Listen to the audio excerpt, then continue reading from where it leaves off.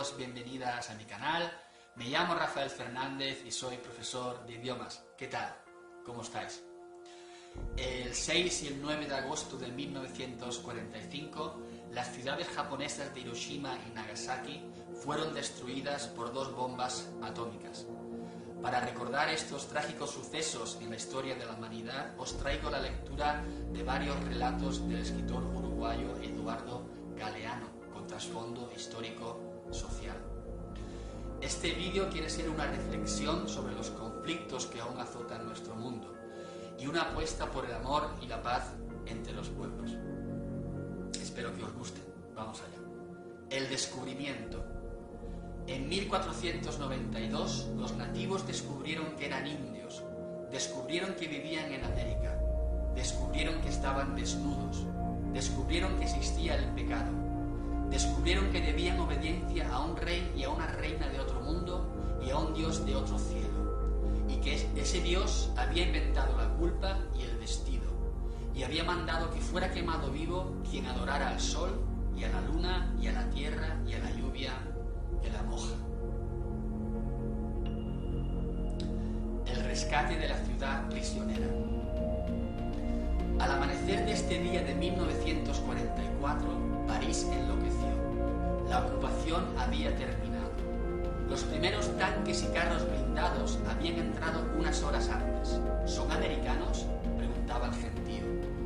Pero los nombres de esos tanques y esos blindados, torpemente escritos con pintura blanca, decían Ebro, Teruel, Brunete, Madrid, Don Quijote, Durruti. Los primeros liberadores de París fueron los republicanos españoles. Vencidos en su tierra, se habían batido por Francia. Ellos creían que después España sería rescatada. Se equivocaron. La bomba de Dios. En 1945, mientras este día nacía, murió Hiroshima. En el estreno mundial de la bomba atómica, la ciudad y su gente se hicieron carbón en un instante. Los pocos sobrevivientes deambulaban mutilados, sonámbulos, entre las ruinas humeantes. Iban desnudos, y en sus cuerpos las quemaduras habían estampado las ropas que vestían cuando la explosión. En los restos de las paredes, el fogonazo de la bomba atómica había dejado impresas las sombras de lo que hubo. Una mujer con los brazos alzados, un hombre, un caballo atado. 3 días después, el presidente Harry Truman habló por radio. Dijo: agradecemos a Dios que haya puesto la bomba atómica en nuestras manos y no en manos de nuestros enemigos, y le rogamos que nos guíe en su uso de acuerdo con sus caminos y sus propósitos. Yo tengo un sueño. En este día de 1963, ante un inmenso gentío que cubría las calles de Washington, el pastor Martin Luther King soñó en voz alta: sueño que algún día mis hijos no serán juzgados por el color de su piel. Sueño que algún día toda llanura se elevará y toda montaña encogerá. Por entonces, el FBI dictaminó que King era el negro más peligroso para el futuro de esta nación, y numerosos espías perseguían paso a paso sus días y sus noches. Pero él siguió denunciando la humillación racial y la guerra de Vietnam, que convertía a los negros en carne de cañón, y sin pelos en la lengua decía que su país era el mayor proveedor de violencia en el mundo. En 1968, una bala le partió la cara. Fábricas. Corría el año 1964 y el dragón del comunismo internacional abría sus 7 fauces para comerse a Chile. La publicidad, sobre todo la publicidad en la televisión, bombardeaba a los chilenos mostrando imágenes de iglesias quemadas, de tanques rusos, de guerrilleros barbudos que secuestraban a los niños y se los llevaban lejos. Y hubo elecciones y el miedo venció. Y Salvador Allende, el candidato derrotado, me contó qué era lo que más le había dolido de esa experiencia dolorosa. La empleada de la casa de al lado de su casa, en el barrio de Providencia, era una pobre mujer que trabajaba 20 horas por día ocupándose de los niños, lavando y planchando la ropa, fregando, haciendo la comida, del día a la noche trabajando sin parar. Esa pobre mujer que había envuelto su ropa en una bolsa de plástico y la había enterrado en el jardín porque tenía miedo de que si ganaban los rojos le expropiaran su propiedad. Julio. En este día de 1969, los diarios del mundo entero dedicaron su primera página a la foto del siglo. Los astronautas habían caminado por la Luna a paso de oso y habían marcado en ella las primeras huellas humanas. Wernher von Braun había inventado y lanzado esa nave espacial. Antes de emprender la conquista del espacio por cuenta de los Estados Unidos, von Braun había llevado adelante la conquista de Europa por cuenta de Alemania. Este ingeniero oficial de la SS era el científico preferido de Hitler, pero al día siguiente del fin de la guerra supo pegar un prodigioso salto y cayó parado en la otra orilla del mar. Instantáneamente se convirtió en patriota de su patria nueva, se hizo devoto de una secta evangélica de Texas y puso manos a la obra en el laboratorio espacial.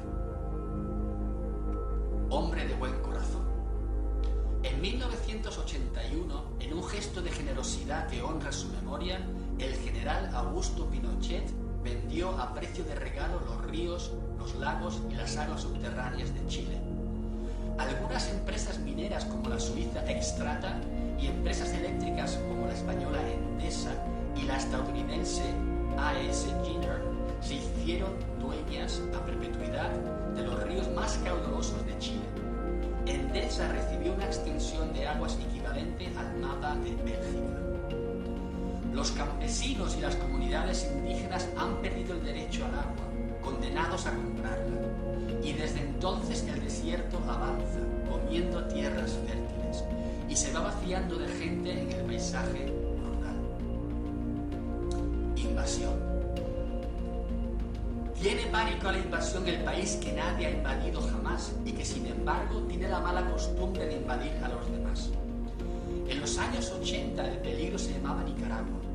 El presidente Ronald Reagan asustaba a la población y denunciaba el inminente peligro, la amenaza de la invasión que iba corriéndose desde América Central, México, vía Texas, entrando en los Estados Unidos y apoderándose del país. Mientras a espaldas del presidente un mapa mostraba esa gran mancha roja que avanzaba.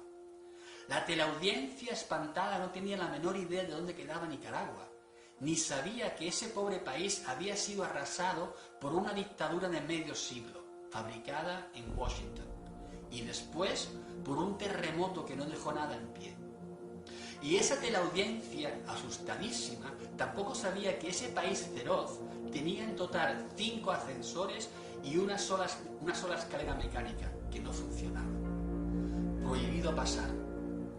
Un día como hoy de 1989 murió el muro de Berlín. Pero otros muros nacieron para que los invadidos no invadan a los invasores, para que los africanos no recuperen los salarios que sus esclavos nunca cobraron, para que los palestinos no regresen a la patria que les robaron, para que los saharauis no entren en su tierra usurpada, para que los mexicanos no pisen el inmenso mapa que les comieron. En el año 2005, el hombre bala más famoso en los circos del mundo, David Smith, expresó su protesta a su manera contra la humillante muralla que separa México de los Estados Unidos. Un enorme cañón lo disparó y desde las alturas del aire David pudo caer sano y salvo del lado prohibido de la frontera. Él había nacido en los Estados Unidos, pero fue mexicano mientras duró su vuelo. Y el último relato, bendita guerra. En el año 2009, en el día de la Declaración Universal de los Derechos Humanos, el presidente Barack Obama recibió el Premio Nobel de la Paz. En su discurso de agradecimiento al presidente no se le ocurrió nada mejor que rendir homenaje a la guerra justa y necesaria contra el mal. 4 siglos y medio antes, cuando el premio Nobel no existía y el mal no residía en las tierras que contenían petróleo, sino en las que prometían oro y plata, el jurista español Juan Ginés de Sepúlveda también había defendido la guerra justa y necesaria contra el mal. aquella época, Ginés explicó que la guerra contra los indios de las Américas era necesaria, siendo por naturaleza ciervos los hombres bárbaros, incultos e inhumanos.